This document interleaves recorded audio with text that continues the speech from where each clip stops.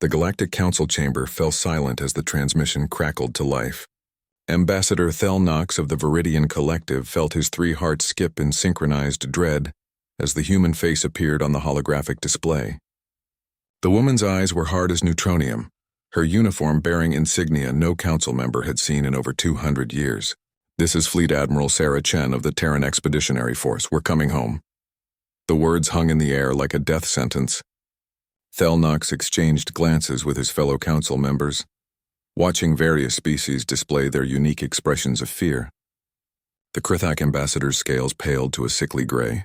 The floating Lumini representative dimmed until barely visible. Everyone remembered the stories.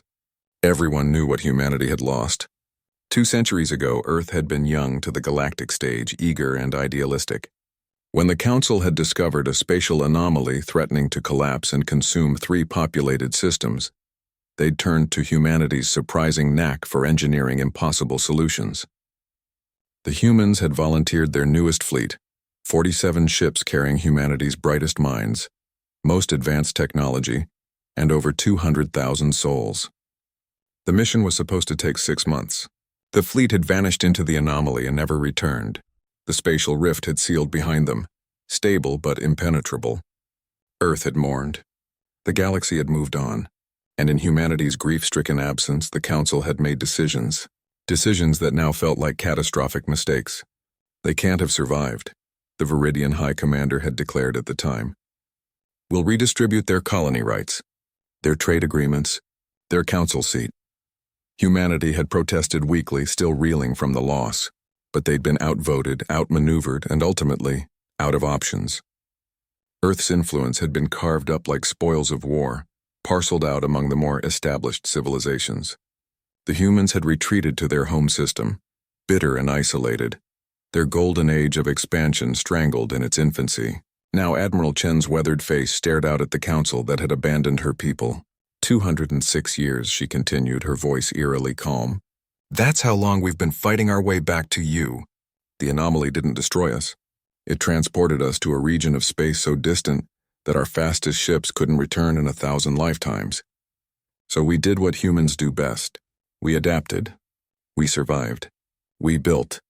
Thel Knox felt his stomach churn as star charts appeared on the display. The fleet's journey home was marked in red, a winding path through uncharted space that passed through territories marked with unfamiliar names. Beneath each marker, casualty reports flickered. Battles fought, victories won, allies gained, and enemies crushed. "We encountered 47 distinct hostile civilizations," Chen said, her tone conversational, as if discussing the weather. 31 are now extinct. 12 are our allies. 4 were annexed. You see, when you're stranded in the dark with no hope of rescue, you learn to make your own light. We forged weapons from desperation. We built shipyards from asteroid fields. Every generation born in the void was raised on stories of home, of Earth, of the Council that sent us to die and then stole our future. The Admiral leaned forward, and the temperature in the Council chamber seemed to drop. "We're not asking for permission to return. We're informing you. Our fleet currently numbers 382 capital ships, 12,000 support vessels, and a population of 15 million. We've terraformed 6 worlds in deep space. We've cracked quantum entanglement communication. We've weaponized technologies you can't even classify." Visual feeds from the approaching fleet flooded the screens. The Council members watched in mounting horror as massive dreadnoughts drifted past. Ships that dwarfed anything in the known galaxy, their hulls scarred by centuries of warfare, their weapon arrays glowing with barely contained power. These weren't the sleek, optimistic vessels that had departed Earth 2 centuries ago.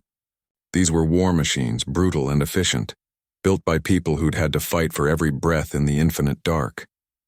"Here's what's going to happen," Admiral Chen said, her voice sharp as a plasma blade. "Earth will have its council seat returned. Our colony rights will be restored.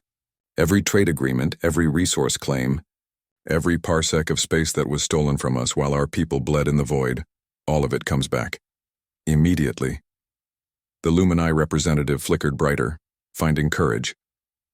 "You cannot simply make demands of the Council. We have laws, protocols. You had 200 years to follow those laws," Chen interrupted, ice crystallizing in her words. "You had 2 centuries to hold our seat, to protect our interests, to remember that we were still out there, still trying to get home. Instead, you held a funeral and looted our inheritance. Thelnox rose slowly, his voice carefully measured. Admiral, please understand our position. When the fleet disappeared, we had no way of knowing. You had every way of knowing, Chen cut him off. You knew the anomaly wasn't destructive. You knew there was a possibility of survival. You simply found it more convenient to believe we were dead. Well, Ambassador, we're very much alive. And we've had 2 centuries to think about this moment. The fleet admiral stood, and behind her the command bridge of her flagship became visible. It was a cathedral of war, every station manned by grim-faced officers who'd never seen Earth with their own eyes but had been raised to reclaim it. Children of the void. Humanity's lost generation finally coming home. We're not here to destroy you, Chen said, her expression softening just slightly. We're not monsters, but we are done being victims. Done being dismissed. Done being forgotten. The lost fleet has returned, and we've brought the darkness with us. The question, honored council members, is simple. Will you give us back what's ours peacefully, or do we need to remind the galaxy why humans were worth fearing in the first place? The transmission ended, leaving the council in stunned silence.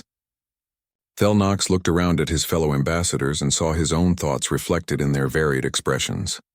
Humanity had left the galactic stage as naive explorers. They were returning as something infinitely more dangerous.